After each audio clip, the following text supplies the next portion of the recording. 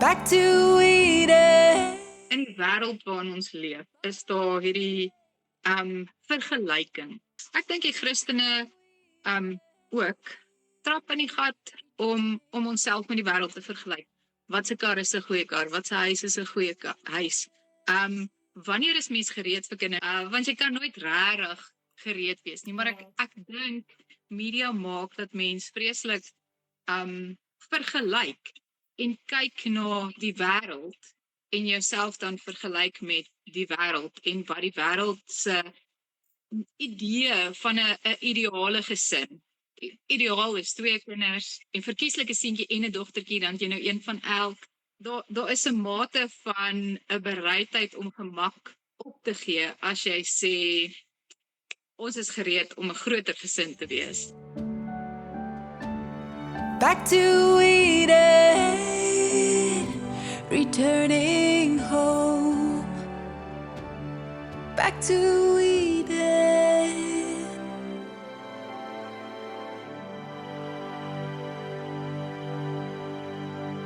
Hallo julle en baie welkom by ons 4de potgooi. Dis so lekker om te sien die mense lewer kommentaar en die mense geniet die potgoeie. Dit is opgestel of dit is saamgestel met die doel om bietjie meer te gesels oor daai goeters waar ons as Christene nie gesels nie, of wat ons dalk om die braaivleisvuur gesels, maar dis nie noodwendig algemene kennis in ons Christelike kringe nie. So die doel van hierdie platform is om Jesus te verheerlik, om getuienisse te deel en om te gesels oor Christen kultuur. Wie moet ons wees? Wat verwag Jesus van ons in vandag se era, moderne era? Wie moet ons wees? En ja, dit behels soms ongemaklike, eerlike gesprekke, maar dis goed. Ek dink dit is so van waarde as ons daar gesels. Vandag is ek baie opgewonde om vir Annerie Botha saam met my te hê. Ons gaan gesels oor Psalm 127 wat sê kinders is 'n seëning uit God se hand uit. Ek gaan dit nou vir ons lees. Maar ja, ek leer so baie by hulle as gesin. Ek het al so baie by Annerie geleer. En dit is my so wonderlik om te sien sy's 'n mamma van 7. Sy doen die lewe hard, kan ek maar sê. En dit is lekker om te leer by mense wat in 'n ander fase as jy is of wat die lewe anders te doen. Om te sien hoe doen hulle dit, want soms lyk dit onmoontlik. Ek meen 'n ma van 7, dit klink soos o my genade, hoe doen jy dit? Hoe is jy nie al heeltemal grys nie? En ek dink juist die skrif sê dat kinders is 'n seëning van God af. En ja, wat vir my lekker is as mens na hulle as gesin kyk, kan jy absoluut dit sien. Ja, dit is dalk chaos of dit is chaos soms en dit is de mekaar of ons baie kinders en dis net heeltemal anders as dalk 'n gesin met net 2 kinders of 1 kind.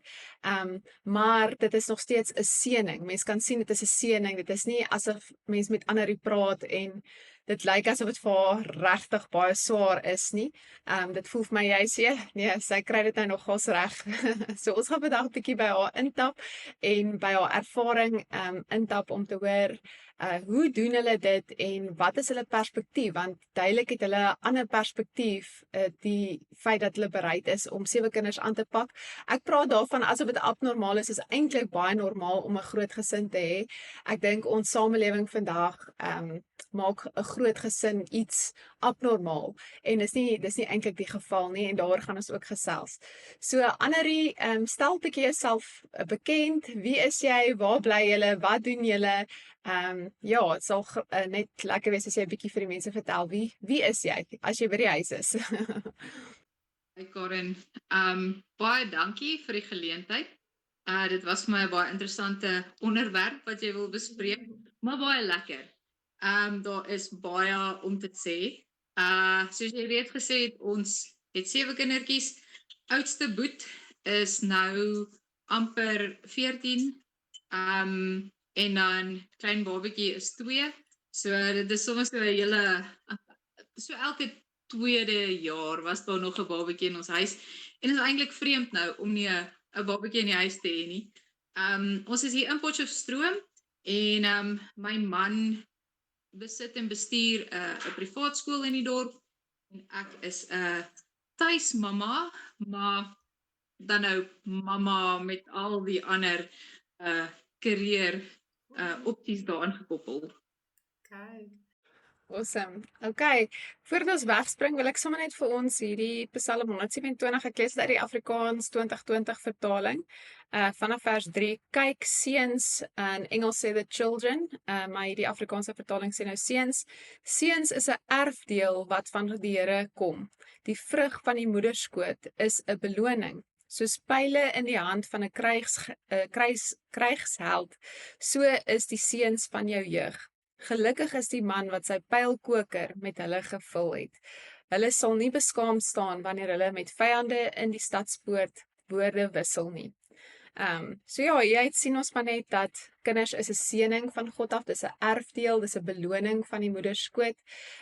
En ook wat vir my mooi is net, hierdie vers wat sê, gelukkig is die man wat sy pylkoker met hulle gevul het.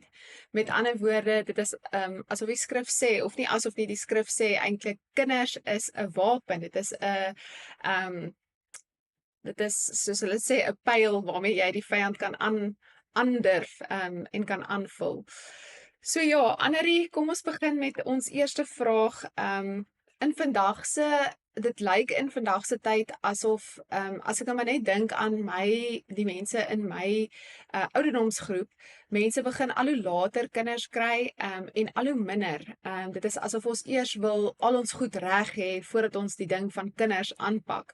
En daar's dalk niks fout daarmee nie, maar hoekom dink jy is dit so? As jy dink, as ek nou maar net vat my pa, hulle is 7 kinders, my ma hulle is 5 kinders. So ja, dit is, ons weet mos maar die ouer mense het baie meer kinders gehad. En dit lyk in vandag se moderne samelewing asof die mense al hoe minder kinders kry. Waarom dink jy is dit so? Wat is jou opinie rondom dit? Karen, ek dink in die wêreld waarin ons leef, is daar hierdie vergelyking met die wêreld. So ek dink die Christene ook trap in die gat om onsself met die wêreld te vergelyk. Wat se kar is 'n goeie kar? Wat se huis is 'n goeie huis? Wanneer is mens gereed vir kinders? Ek en Martin, my man, grap altyd daaroor, want as daar mense is wat sê nee, hulle wag net, hulle is nog nie heeltemal gereed vir kinders nie, dan sê ons, as ons nou moet swanger raak, sal ons nie gereed wees nie. Want jy kan nooit regtig gereed wees nie, maar ek dink media maak dat mens vreeslik vergelyk en kyk na die wêreld en jouself dan vergelyk met die wêreld en wat die wêreld se idee van 'n ideale gesin. Ideaal is 2 kinders en verkieslik 'n seentjie en 'n dogtertjie, dan jy nou een van elk. So vergelyking en gemak. Ek dink daar is 'n mate van 'n bereidheid om gemak op te gee as jy sê ons is gereed om 'n groter gesin te wees. Want dit kom met sy uitdagings, ja. En dan natuurlik vrees. Vrees vir waantoe gaan die toekoms van Suid-Afrika hier waar ons nou is. Ons het al met mense gesels wat nie wil kinders hê nie en hulle is Christene. Wat net gesê het, hulle weet nie of hulle 'n toekoms sien vir kinders nie. In hierdie wêreld waarin ons leef. En dan vrees om nie met jou finansies uit te kom nie, of vrees vir, sê nou ons kry hierdie kind en ons doen dit nie reg nie. So ja, ek dink dit alles speel maar 'n rol. Ja, dis so waar wat jy sê. Ek dink selfs vir my en my man, ons het maar toe ons getrou het arm begin, of maar met min begin, en dit is daunting, dit is 'n groot ding om te dink, dit voel amper, ons kan dit skaars maak, hoe moet jy nou nog vir 'n kind ook sorg? Of ek dink altyd, ons kan nog op liefde en water leef, maar jy kan nie vir 'n kleintjie sê, leef nou op liefde en water nie. Maar ja, Annerie, wat vir my so lekker is om te sien, ja, daar's baie mense wat dalk nou voel soos, sjoe, hulle het nou nog nooit dalk gehoor van iemand met 7 kinders nie, maar wat lekker is, ons is nou nogals hier in 'n gemeenskap in Potchefstroom, wat mense al hoe meer kinders kry. Dit is so lekker om dit te sien dat daar's al hoe meer gesinne en ek praat nou spesifiek van Christene want hierdie is 'n Christen platform wat groter gesinne aandurf. En wat dit maak werk, dit voel vir my ek wil vir mense 'n hande klap gee of ek wil sê soos ja, mooi. Maar hoekom dink jy doen mense dit anderste in? Want al hierdie goed wat jy noem, die finansies, die vrese, waartoe gaan die toekoms heen, dit is alles kan ek maar sê legit, dit is ek voel dat mense is verantwoordelik as jy die koste bereken. So die skrif praat ook daaroor om tog maar die koste te bereken. So dit is logiese redenasies. Maar tog is daar mense wat groter gesinne aandurf. Wat dink jy beïnvloed hulle of hoekom sou mense dit anders te doen? Ja, ons is eintlik geseënd hier in Potchefstroom met heelwat gesinne wat baie kinders het. En ons het al gelag as ons saam met 2 of 3 ander gesinne kuier wat nou ook groot gesinne is, dan is al maklik 30 kinders Ja. by die braai. En niemand beklei nie en almal speel net so lekker saam. Dis regtig iets om te beleef. Ek dink daar kom 'n tyd wat mense gekonfronteer word met waarmee is ons regtig besig hier op aarde? En is ons besig om ons eie koninkryk te bou? Of is ons besig om te bou aan Abba se groter koninkryk? En ek dink dis die uitdaging vir elke Christen. En daarmee sê ek nie gaan nou almal en gaan hê 7 kinders nie.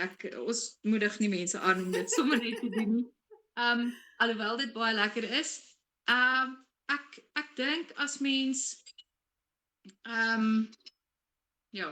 as mens besef dat ons is hier op aarde nie vir onsself en ons eie drome en ons eie planne nie, maar ons is hier vir God en vir sy koninkryk en vir wat hy wil doen, dan lyk jou uitkyk oor dit anders. So ons siening, ons persoonlik, ons siening oor kinders is dat God het 'n aantal kinders wat hy vir elke gesin wil gee. En ons het in die tyd wat ek dink ons het uitgegaan of ons was dalk net verloof geweest, was ons by 'n teaching van 'n oom. En hulle het ook 5 kinders gehad en hy het uitvertel. Hulle het hierdie 4 kindertjies gehad en toe besluit, dis nou genoeg. En een aand toe het hy 'n droom. Toe droom hy daar staan 'n dogtertjie langs sy bed.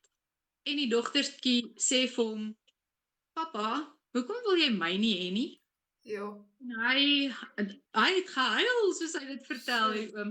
En hy het gesê, hy het met sy vrou daaroor gepraat en gesê, wat as God vir ons nog 'n kind het? Sjoe. En sy vrou het toe gesê, nee, dan wil ons verseker daai kind hê. En hulle het toe besluit, okay, dan het hulle nog en hulle het nog 'n dogtertjie gehad, die 5de kind. En dit het ons op daai stadium vreeslik beïnvloed, sal ek sê. Dit het ons harte geraak. En obviously in die tyd wat mens verloof is, dan praat mens oor hoeveel kinders wil jy hê en hoe voel jy daaroor? En my man het toe regtig sterk gevoel dat ons gaan God vertrou vir die kinders wat hy vir ons wil gee en vir sy plan in ons lewens. So toe ons toe getrou het, ons was kort getroud toe ek swanger. En soos jy sê, met min begin. Ek was al, ek dink 7 maande swanger. Toe slaap ons nog op 'n matras op die vloer. Toe ek swanger geraak het nie een van ek of my man 'n werk gehad vir die volgende jaar nie. Ek het daai jaar my Zuma jaardag gemaak by hospitaal. So dit was regtig nie binne 'n raamwerk van hierdie is nou so, ons het nou dit, so ons is gereed, en ons het dit, so ons is gereed nie. Dit was nie 'n kwessie van ons is gereed nie. Dit was 'n kwessie van, Abba, wanneer u die kind wil gee, is ons gereed daarvoor. Ja. Ons het nogal te doen met heel wat gesinne ook, wat dan op 'n tyd besluit het, okay, hulle het nou 3 kinders, of hulle het nou 4 kinders, en dis dan dit. En in die laaste 2 jaar het baie van daai gesinne nog 'n ekstra enetjie gehad.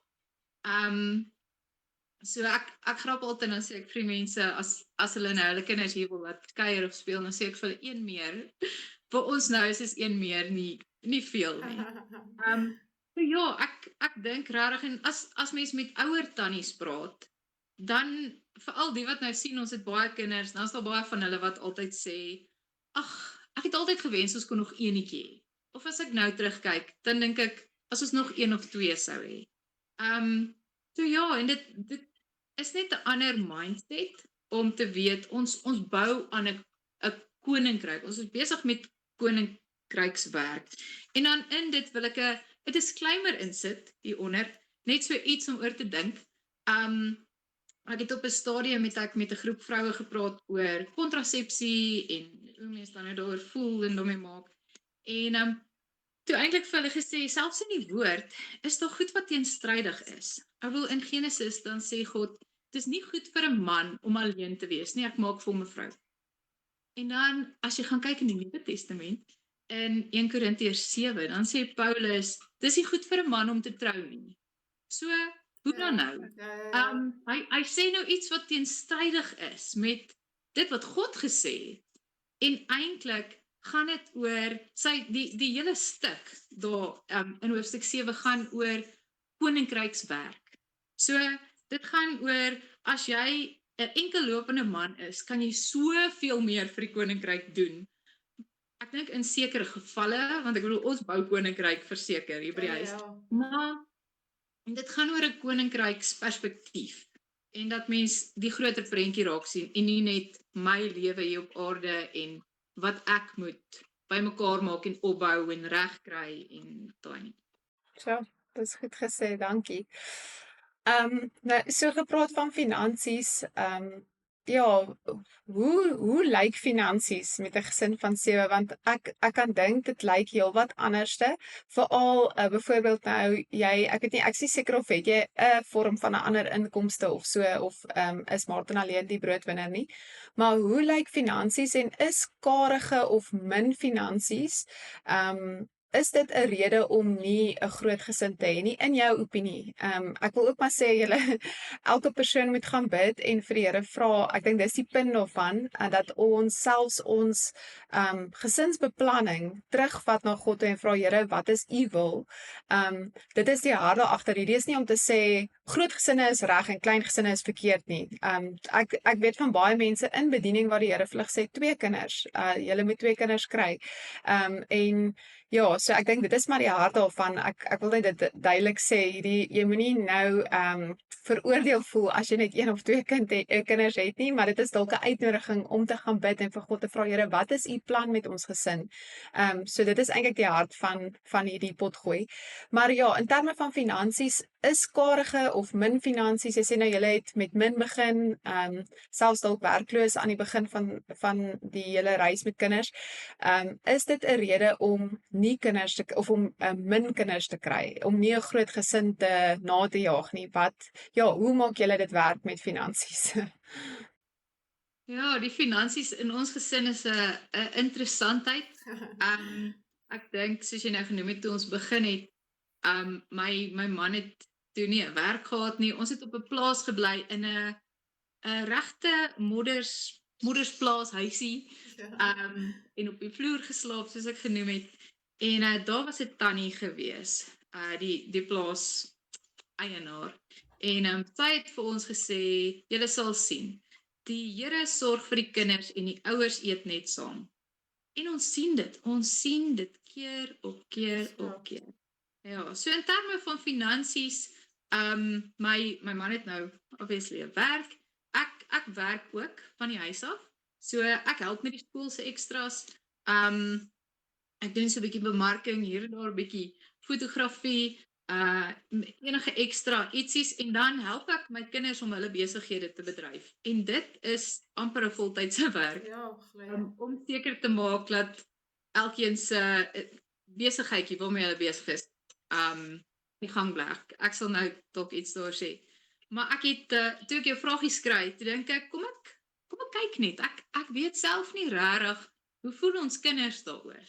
En ek het my 2 seuns nader geroep in die kombuis en vir hulle gesê, daar's 'n tannie wat met my 'n onderhoud wil hê, en ek wonder sommer net, kan hulle my sê, het hulle pappa geld? Hulle so, ja, hy's ryk. En Ek geniet toe die gesprek met hulle, want daaruit toe ek nou vir hulle vra, okay, maar wat is dit dan? Wat maak hom so ryk? En die een, ons staan in die kombuis, hy sê, ons het 'n airfryer en ons het hierdie fancy oond, ons het kos en die ander een so 'n bietjie gepraat oor ons kar. Ons moet natuurlik 'n kar hê wat 9 mense kan rondry. Alhoewel ons net een kar het en dis ook 'n besluit wat ons gemaak het om reg te kom en okay te wees met net een kar. So daar's sekere opofferings wat ons maak vir die doel wat Abba vir ons gegee het om hierdie gesin te kan hê en te kan die kinders grootmaak. Maar ja, in terme van finansies dink hulle ons is skatryk en ons kan alles bekostig wat ons moet hê. En ek dink dis die kruts van die saak, want ek sê vir hulle, maar ons gaan nie elke vakansie weg nie. Daar was al vakansies wat hulle gevra het, waartoe gaan ons, of hierdie maatjie gaan hier, of daai maatjie gaan daar, en ons was 2 jaar laas by die see gewees, en hulle vra oor sulke goed, en ons sê dan eerlik vir hulle, dat daar's nie op die oomblik finansies om weg te gaan nie, om 'n week see toe te gaan vir 'n gesin, het ons nodig dat Abba dit vir ons reël. En hy het al, keer op keer op keer, ons finansies word deur God gereël. Ek weet nie hoe anders om dit te stel nie. Dis nie iets wat ons uit onsself beplan. Maar hulle sê vir my, nee, die finansies, dit gaan nie oor nie geld vir die finansies nie, dit gaan net oor ons gebruik die geld vir ander goeders. En dit was vir my interessant dat dit hulle siening is oor ons finansies. En Karen, ons het soveel getuienisse van hoe Abba voorsien vir finansies. En ek dink dis 'n weggesteekte seën tot 'n mate. Maak nie saak hoeveel kinders jy het nie. As jy in 'n posisie is om alles wat jou kind nodig het of wat hy moet betaal, as jy in 'n posisie is om alles te kan betaal, dan kom jy eintlik nooit in die bevoorregte posisie om daai regte afhanklikheid van Abba te hê nie. Ja, ons het op 'n stadium, ek dink 2 jaar terug gewees, was ons oudste gekies vir die Potch cricketspan, en hulle het toe 'n toer, en die toer is hier by die R5,000 gewees, en ons het vir hom gesê, wel seun, hoe gaan ons maak met hierdie, en met hom oop gesprek gee. Ek het vir hom gesê, jy moet gaan bid oor hoe wil Abba voorsien. Wil hy net die geld gee, of wil hy jy moet iets doen, of wil hy, so op daai stadium het hy toe teruggekom en gesê, nee, hy voel, hy moet iets bak en dit verkoop. En hy het brownies gebak, dis nou die besighede waarvan ek praat. Okay. So, ek het gehelp, ons het brownies verkoop, en obviously, as die mense dan hoor, dis vir hierdie doel, dan gee hulle meer, en hy het op die ou end het hy al sy geld met brownies ingekry vir al sy cricketgoed. Laas jaar het hy toe gesê, nee, hy dink hy moet beskuit bak, want is iets wat hy deur die jaar kan verkoop, en dan betaal hy al sy cricketgoed met die beskuit wat hy dan bak. En ek het aan die einde van die jaar, ons het dit alles op die kas neergeskryf, aan die einde van die jaar kon ek vir hom sê, seun, jy het in hierdie jaar R10,000 gemaak met beskuitverkope, en jy kon alles vir jou cricket betaal. Hy kon, as hy cricket gear nodig het, of dit nodig het, of dat. En toe aan die einde van die jaar, toe is hy weer vir die Potch cricketspan kies, en hulle toer toe weer Johannesburg toe, en hy het geld nodig. En ek het vir hom gesê, wel, nou moet ons weer gaan bid, want hoe gaan Abba hierdie keer voorsien? En hy het gesê, hy gaan bid daaroor, en die hele tyd teruggekom en gesê, hy weet nie wat hy moet doen nie, en hy was verskriklik besig, so hy het nie regtig tyd gehad om nou weer die bakkery aan te pak nie. En ek het die in oggend wakker geword en 'n boodskap op my foon gehad, Samuel Cricket, R5,000 is inbetaal. En dis toe van 'n vriendin wat ek nie meer kontak het nie, sy het nie geweet, Samuel gaan 'n cricket toer doen nie. Sy sit in Sandton en sy sê, sy het net gevoel, sy moet vir hom geld inbetaal. So, ek kon hom roep en vir hom sê, seun, kyk hierso, met trane in ons oë, want Abba voorsien. Ja. En ek weet, dis ontsettend moeilik as 'n ouer om nie altyd vir jou kind te kan sê, yes, doen hierdie, ons gaan hierdie betaal, ons gaan hierdie koop, ons gaan alles wat jy wil hê, kan jy kry nie, maar dit wat hulle van ABBA leer is soveel meer werd Ja. as wanneer ons dalk vir hulle alles sou kon betaal.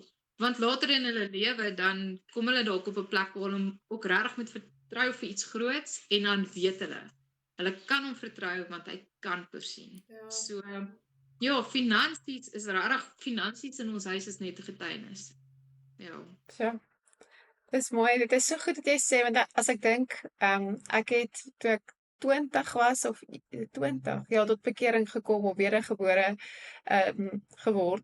En dit was vir my 'n massiewe ding. Dis nou nog vir my 'n baie groot ding om God te moet leer vertrou vir finansies of 'n voorsiening, want ek het dit nie ingeoefen nie. My geloofspiere moet elke keer dan dink ek moet my eie planne maak. Ek moet self sien kom klaar. Hoe gaan ek hierdie doen? En dan is dit elke keer nee, okay, wag, Vader, wat wil U hê moet ek doen? Hoe gaan hierdie en dit ja, dit is so mooi dat jou kinders dit al van jongs af daai word ingebou, daai absolute versekerheid dat hy gaan voorsien. Hy is Jehovah Jireh, hy sal voorsien. Dit is wie hy is en hulle kan absoluut net daarop staat maak en vir hom vra, okay Vader, hoe nou, wat moet ons nou doen of hoe gaan jy hiervoor voorsien? So dis my so mooi, dankie dat jy dit gedeel het. Maar ja, met 'n gesin van 7 is daar verseker ander tipe uitdagings as wat iemand dalk met 2 kinders het. Wat was vir jou, ek meen die ervaring wat jy nou het, is van onskatbare waarde en maak dinge versekerlik of verseker makliker. Sê net maar julle kry nou nog 'n kind. Ek weet ek dink julle is klaar, dink ek weet nie. Maar dan het jy al daar sekere goed ingebou oor jare. Maar kan jy 'n bietjie deel as jy nou terugdink selfs net van mamma van 1 of mamma van 2 of so, wat was van die grootste uitdagings en selfs uitdagings nou met 'n groot gesin? Ja, waarmee jy gekonfronteer is ja, as jy 'n bietjie kan deel want ek dink dis nou almal luister na jou getuienis en dink, "Wow, julle het dit net of julle maar ek meen daar was verseker bloed, sweet oomblikke of oomblikke van Here, ek weet nie, ons kan nie hierdie doen nie. Hierdie is te groot vir ons of so. So ja, kan jy 'n bietjie deel uit dit uit? Ja, hier het ek baie om te sê. Ek het eintlik laas week toe sê ek vir my man, ek het 'n teorie dat wanneer mens kinders kry, het jy so jy het so 'n gaping van ek sou sê 4 jaar. Dalk nou met 'n tweede kind by, dan het jy 'n gaping van so 5 jaar wat jy die vermoë het om sekere goed te hanteer. Maar ons is nou lankal verby die 5 jaar. So, as ek op die oomblik in die badkamer kom en ons klein sussie sit in die wasbak met haar boetie se bottel gel, want as almal klein is daar nie bottels gel in die badkamer nie.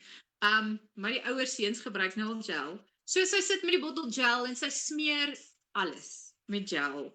Of sy spuit die tandepasta oral uit of teken op die mure en dan verf ons weer die kamer en dan môre is daar weer geteken op die muur. So daai klein tipe uitdagings. Ons is nou al amper 14 jaar in 'n tydperk wat daar permanent iemand in die huis is wat daai uitdagings verseker. So ek dink ek kom nou al op 'n punt waar ek dit net los en ek weet Selinaatjie gaan kom en sy gaan help om dit skoon te maak. So partykeer staan dit 2 dae so met die gel teen die spieël, maar ek weet Selina kom. Maar ja, dis nou sommer net grappige goed. Siektes is nog 'n uitdaging. As een begin hoes, dan moet jy al weet, hulle volg so op mekaar. Alhoewel ons nou al in 'n baie lekker posisie is, waar ons kan regtig sien ons ouer kinders se immuniteit is regtig al baie sterk. Want dit is die voordeel van 'n groot gesin, is jy kry te doen met allerhande kieme. Ja. En ja, ek dink ons kinders se immuunstelsels is regtig lekker sterk. So die groter kinders word vinnig gesond, maar dit is maar 'n uitdaging en ek gaan koop byvoorbeeld as ek hoesmedisyne koop ek nie 'n botteltjie nie. Ek koop sommer 2 of 3 want 1 bottel gaan binne 'n dag of 2 opgebruik wees. En dan is daar's goed soos die groceries aankope. Ons moet baie mooi in ons huis beplan en daar's sekere reëls, soos oor 'n naweek mag hulle nie melk drink nie, soos 'n glas melk drink nie, want die melktannie is toe oor 'n naweek. Ek kan nie gou daai melk gaan koop nie. Ons gebruik so 25 liter melk 'n week. So daar's interessante uitdagings rondom dit en om dit te beplan en reg te hou en dan is daar emosionele tipe uitdagings waar mens baie gekonfronteer is met regverdigheid. Wat is regverdig? As hierdie en dit kry, moet hierdie en dit kry of as hierdie en dit, moet hierdie en dit. En ons het al so 'n grappie in die huis, dit kom eintlik van my maale, wat hulle altyd vir ons gesê het, hierdie is die huis van onregverdigheid. So dit gebeur dat 'n kind kom en sê ja, maar hierdie een, ja, maar hierdie een. En ons het al met die ouer kinders kan mens nou sit in 'n gesprek en vir hulle sê, maar die lewe is nie so nie.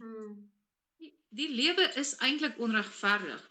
Daar is nie 'n kwessie van hierdie ou het soveel geld en hierdie werk en wat ook al en nou is jy ook geregtig tot dit nie. En om te leer om content te wees met dit wat jy het en dit wat Abba vir jou gegee het. So ons kinders leer dit verseker deur om te probeer regverdigheid in die huis juggle. En dan ook ons het 'n sterk ding rondom om nie iets te doen ten koste van 'n ander een. So om byvoorbeeld nie 'n groot klomp geld uit te gee op 'n boetie wat moet gaan cricket speel of wat nie, want dit is ons gesin se geld. Ja. So om baie mooi te juggle tussen daai en dis baie moeilik. Dit bly moeilik want elke keer is dit anders. Elke proses in dit is anders. Ek dink 'n ander groot uitdaging wat ons ook mee gekonfronteer word, is die fases waardeur kinders gaan. So daar is maar tye in 'n kind se lewe wat hy seker goed moet uitsorteer en dan is hy 'n bietjie meer brommig of 'n kleintjie wat 'n sekere iets moet leer en dan is hulle net vir 'n tydperk is hulle net moeilik. En in 'n groot gesin is dit maar so dat as die een deur sy fase is, dan is die volgende een in 'n ander fase en die volgende een in 'n ander fase.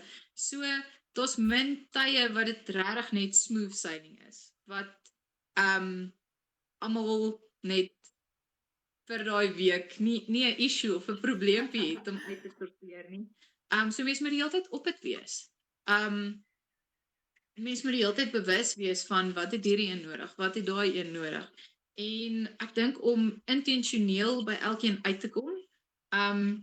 In 'n gesin van 7, ek kan jou sê, hulle is elkeen so anders. So daar is sekere goed wat hulle saam doen, sekere sporte wat hulle saam geniet. Maar dan is daar byvoorbeeld ons derde ouetjie is so lief vir bou en verf en hy het sy eie boer en hy geniet net enigiets wat bou betref. Maar my man is nie so lief vir bou nie. So hy moet in homself sterf om dan geleentheid te skep om saam met hierdie ouetjie te bou of te verf of te wat ook al. Terwyl met die eerste 2 seuns, my man kan net sport met hulle speel en hulle is happy. Okay. So om regtig by elkeen se dingetjie uit te kom, vat nogal van 'n mens. Dit is een van die interessanter uitdagings. Ja. Back to Eden. Wat is die Terug na Eden vas en detox program? Dis 'n 7 weke program saamgestel vir liggaam, siel en gees transformasie. Ons begin met 'n 21 dae vas program en werk deur kragtige leringe rondom Jesus, die bloed, redding, roeping en so meer. Vir baie mense is hierdie hulle gunsteling gedeelte van die program. Daarna fokus die program op Bybelse beginsels vir leefstyl. Wat se vleis kan ons eet, wat se melk kan ons drink en so meer.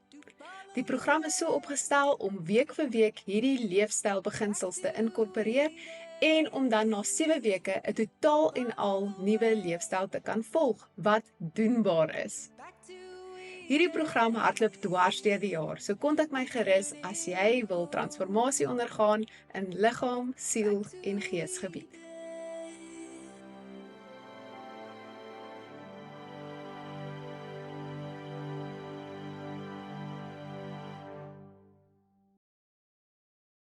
Kan ek jou sommer net vra, dit is sommer net iets wat ek aan dink, hoe, jy kan net, jy kan net, soos wat deur jou lei of so deel, maar hoe kom jy, byvoorbeeld nou, as mens al die uitdagings, dit klink soos 'n voltydse werk, dit is 'n voltydse, 'n aktiewe, as mens dit reg wil doen en as mens dit goed wil doen en jou kinders karakter leer en leer wie God is dit 'n voltydse, intentionele, elke dag opstaan met dit is jou werk, dit is wat jy doen.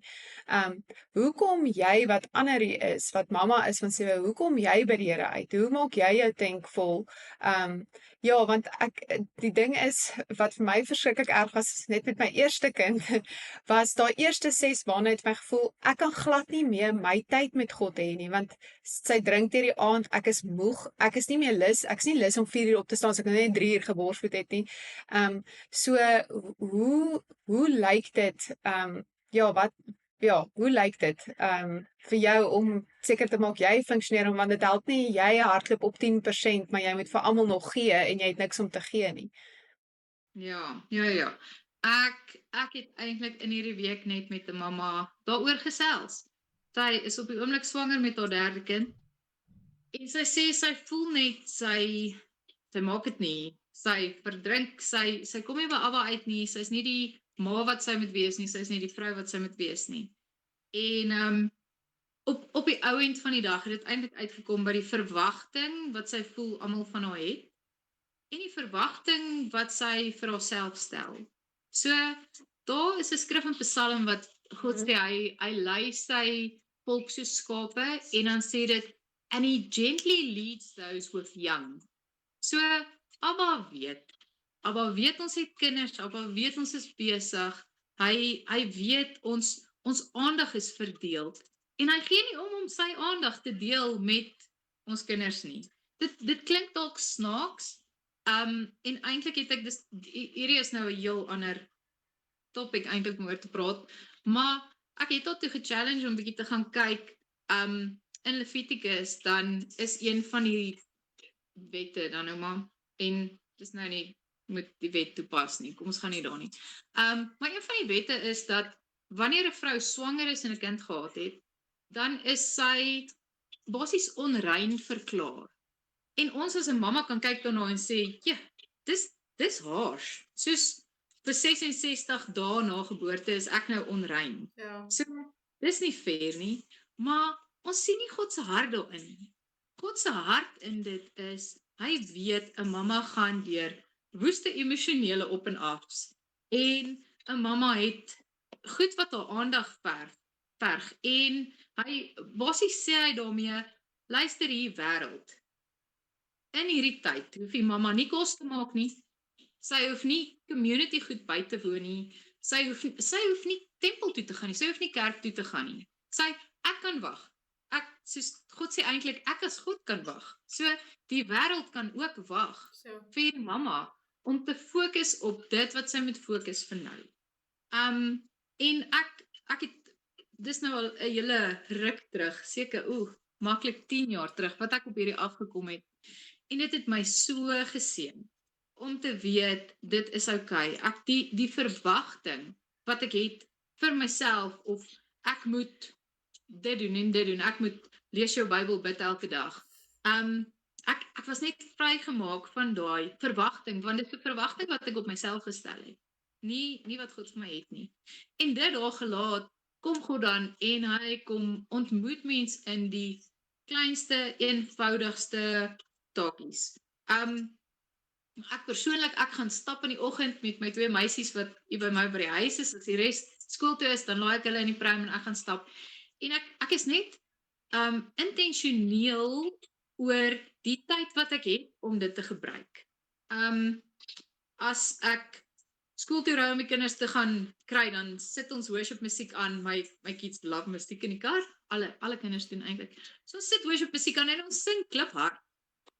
So ek worship deur die dag en ek kry geleentheid om met Abba te gesels. En ek bou vir myself tyd in die dag in. Al is dit dan om 'n halfuur met die kinders met die pram te gaan stap, dis vir my oor as genoeg. Daai begin tot my dag is vir my oor as genoeg om my tank vol te maak vir die dag. En ons het sekere rotines in die huis, wat dit dan ook moontlik maak. En dit help baie om dan net jou lewe te organiseer sodat dit wat jy doen, kom mens by alles en almal uit op die ou. Maar ja, ek dink die grootste ding is die verwagting wat ons het en wat ons voel God van ons het. En dit lyk eintlik anders van sy oogpunt af. Ja, dis mooi. Ja, dis so waardevol. Dankie dat jy dit deel. Ja, want ek dink ook as mens dit kan besef, dinge lyk anderste hierdie seisoen. Ek dink die grootste ding wat vir my 'n issue was, is ek wou presies soos wat ek hom altyd ontmoet het, wou ek hom ontmoet in 'n seisoen wat ek nie kon nie. En dan voel ek soos hierdie failure, want ek kan nie 4 uur of ek kan seker 4 uur opstaan, maar ek is nie lus nie. Ek is moeg. So net om te besef, hoorie, maar as ek skorrelgoed was en die babatjie lê en slaap of so, hy weet ek kan nie nou, ek het net nou om skorrelgoed te was. So dit is nou maar ons tyd en ek dink ons kan so staat maak op sy vermoë om ons te ontmoet in die mundane. Ek dink as dit nie vir dit was nie, was ons droë bene, maar die feit dat hy juis bereid is om ons te ontmoet in die alledaagse taakies, ja, is wat daai vlammetjie aan die gang kan hou. Dit volg sommer eintlik vir my op die volgende vraag: wat het jy ingebou in jou lewe? Ons het nou oor hierdie aspek gepraat, maar wat anderste bou jy in jou lewe om te kan cope met 'n groot gesin, om te kan floreer? Wat se hulp het jy? Jy het nou gesê jy het verwonderlike Selina. Ek kan dink dit is rof om my huis self skoon te maak met 7 kinders. Ek sal vir my kop afgaan want soos jy sê, jy draai net om, dan sit ek nou net daar skoon gemaak en uitklip weer vuil gemaak. So wat het jy alles ingebou oor die jare om te kan floreer en nie net survive nie, nie net te oorleef nie? Ja, as jy dalk 'n bietjie kan deel. Ja, ek dink hier moet ek net eers begin. As ons met gesinne praat, dan challenge ons hulle om te sê ons kategoriseer die besluite wat ons neem. So ons neem sekere besluite vir ons kinders, ons neem sekere besluite vir onsself, ons neem sekere besluite vir ons huwelik. En as jy 'n wanbalans het in daai, as jy meeste van jou besluite wat jy neem vir jou kinders neem, gaan jy op jou huwelik daaronder lê. As jy meeste van die besluite vir jouself neem, dan lê die kinders daaronder. So om net 'n balans tussen dit te kry en dan dit wat ons dan besluit, kyk ons, okay, maar vir wie is hierdie voordelig en vir wie is dit dan nadelig? So roetine byvoorbeeld, ons het van vroeg af, is 'n groot sleep training voorstander, vir 'n paar redes. Hierdie is nie 'n besluit wat ek vir my kinders geneem het nie.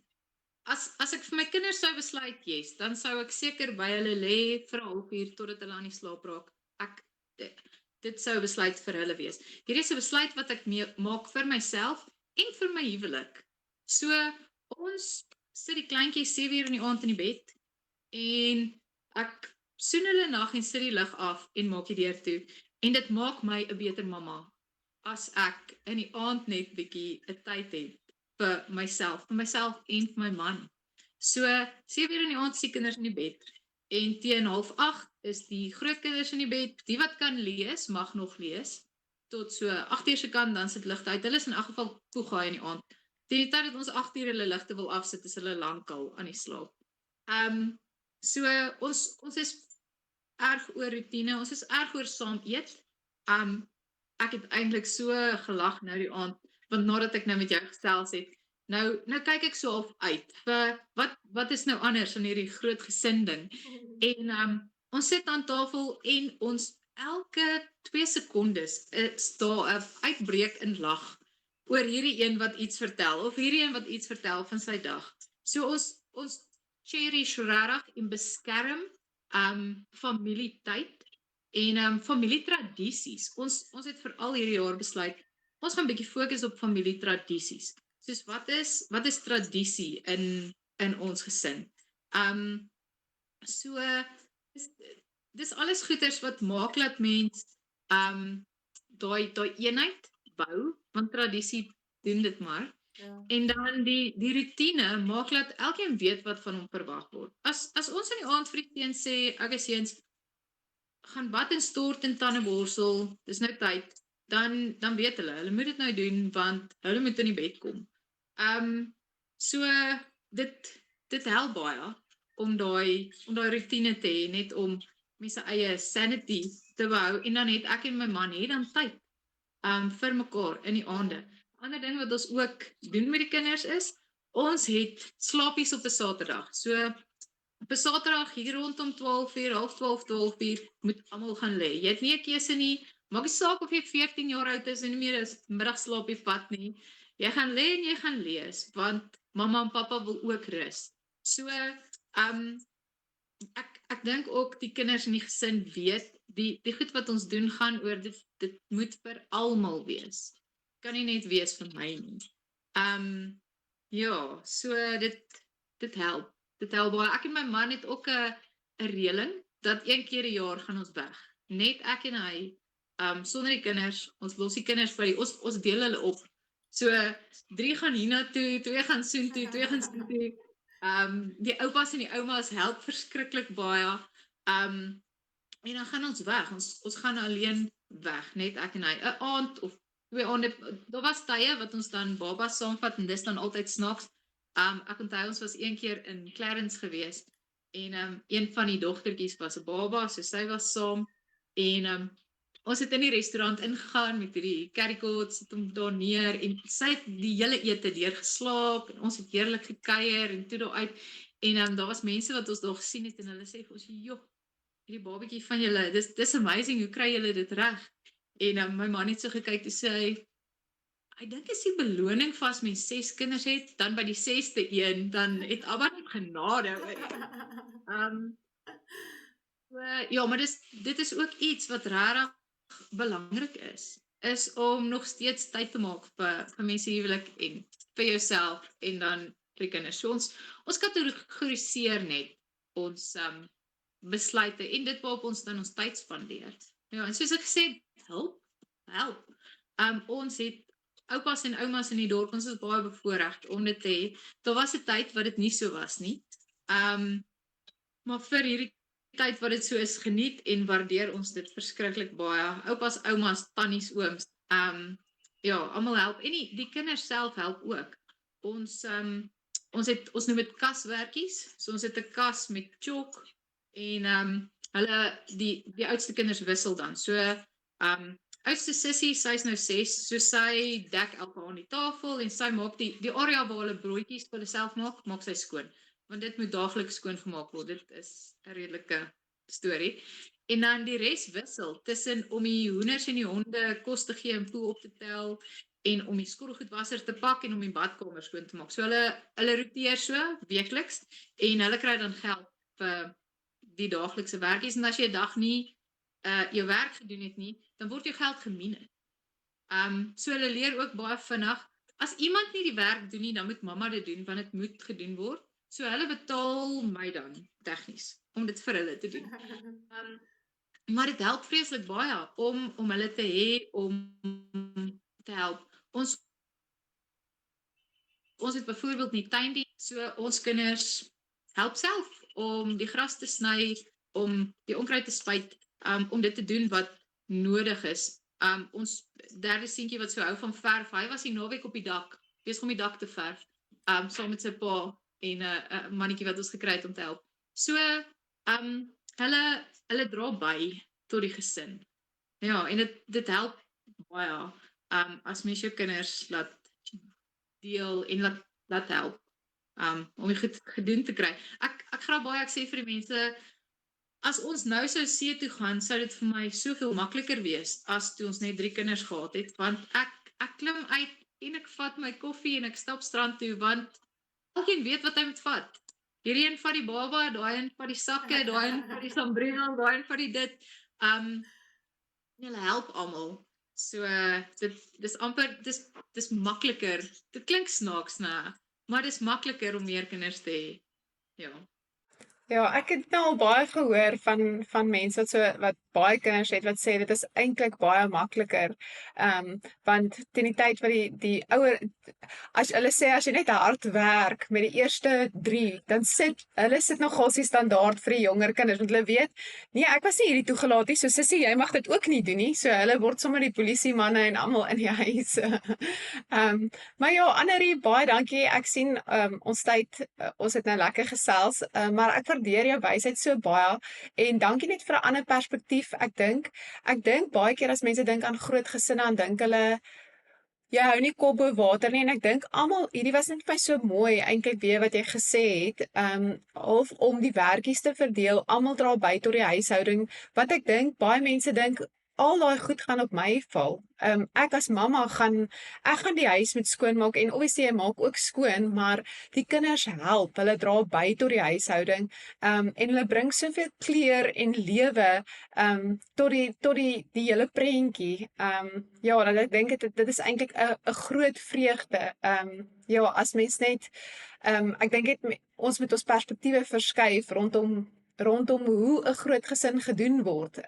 Mense wil dalk die twee kinder mentaliteit wil jy toepas op 'n groot gesin, maar dit is 'n heeltemal ander ballgame. En as mens net daai tools kan hê wat ek glo God gee vir mens, kan dit so 'n groot vreugde wees en dit is so groot vreugde. Ja, maar so dankie vir jou tyd en jou insig. Ek sal graag weer in die toekoms, ek weet jy het baie meer om te gee of baie meer kennis en ervaring om te deel. Hierdie was maar 'n aspek van julle lewe net om rondom dit te deel. Maar ja, soos ek sê, ek het al by jou ingeklop oor borsvoeding en oor slaapies en oor wat ook al. So ek sal graag in die toekoms met jou ook daai wysheid wou ontrafel. Ja, so dankie vir jou tyd en dat jy bereid was om te deel. Ons waardeer dit verskriklik baie.